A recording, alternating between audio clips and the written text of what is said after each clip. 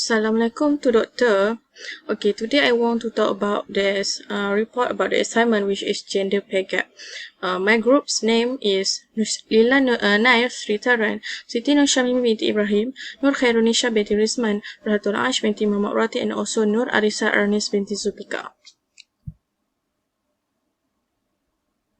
I want to talk about the overview of the issue.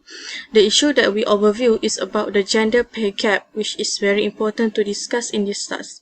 The issue itself shows that working women and men receive a different salary in Malaysia, which is very important to us to know about this information. We can see that there is a different salary between the men and women based on the survey in Malaysia. I think that's all from me. Thank you. Okay, my name is Siti Nur Shamim binti Ibrahim, metric number 271725. Now I will present about background of theory, which is equity theory. Okay, equity theory, also known as Adams equity theory.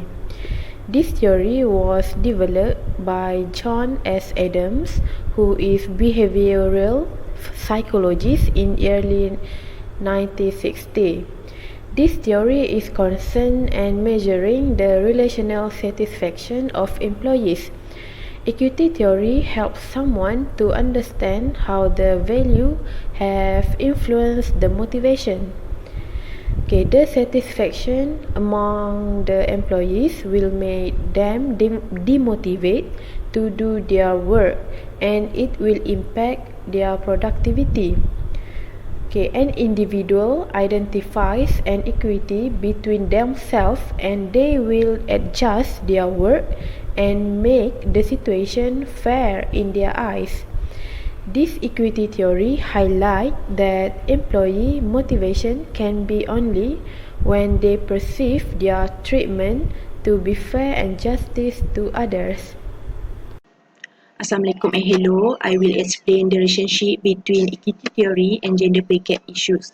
Equity theory recognizes that motivation can be affected through an individual perception of fair treatment in social exchange, and gender pay gap issues is a perfect example of equity theory, which is employee wants to be compensated fairly for their contributions in their hard work.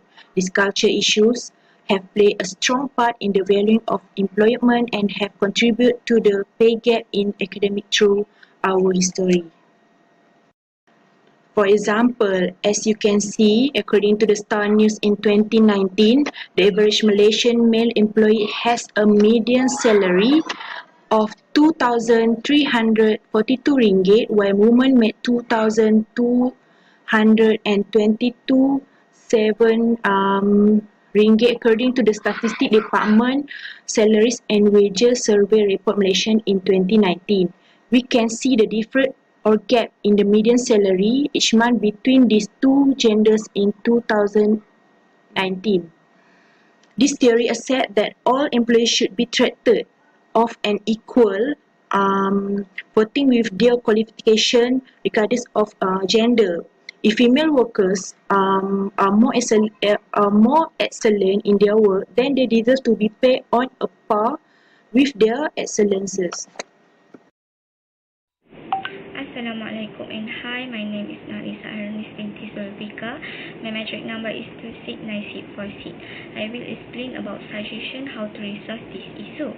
First suggestion is negotiating a salary is critical for a lifetime of highest wages, and women who do not negotiate only serve to widen the wage gap.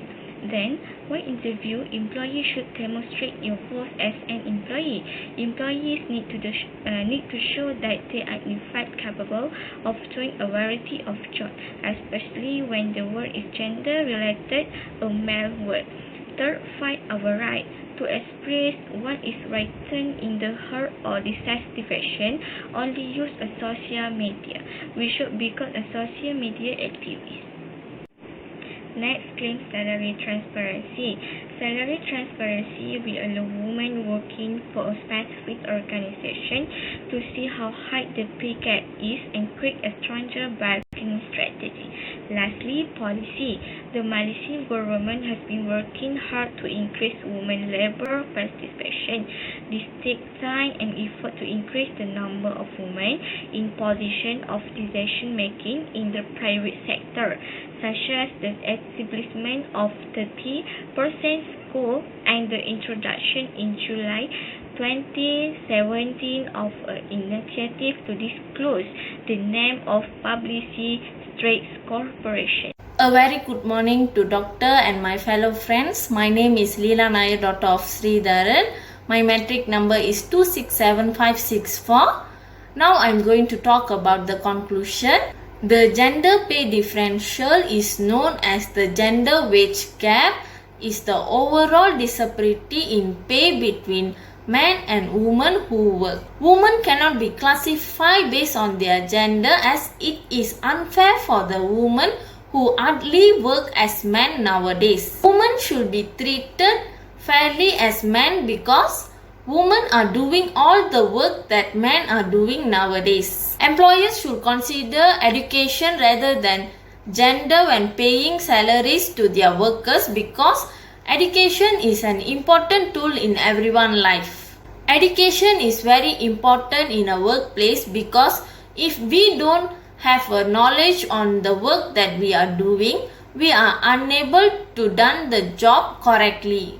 I believe that government will play their role in coming out with a solution for the gender pay gap, as it is very helpful for the women to live freely and happily. Lastly, to conclude, all the employers should pay their workers based on the job performance and adhere to the equality principle as to ensure the fairness and justice to everyone. Thank you.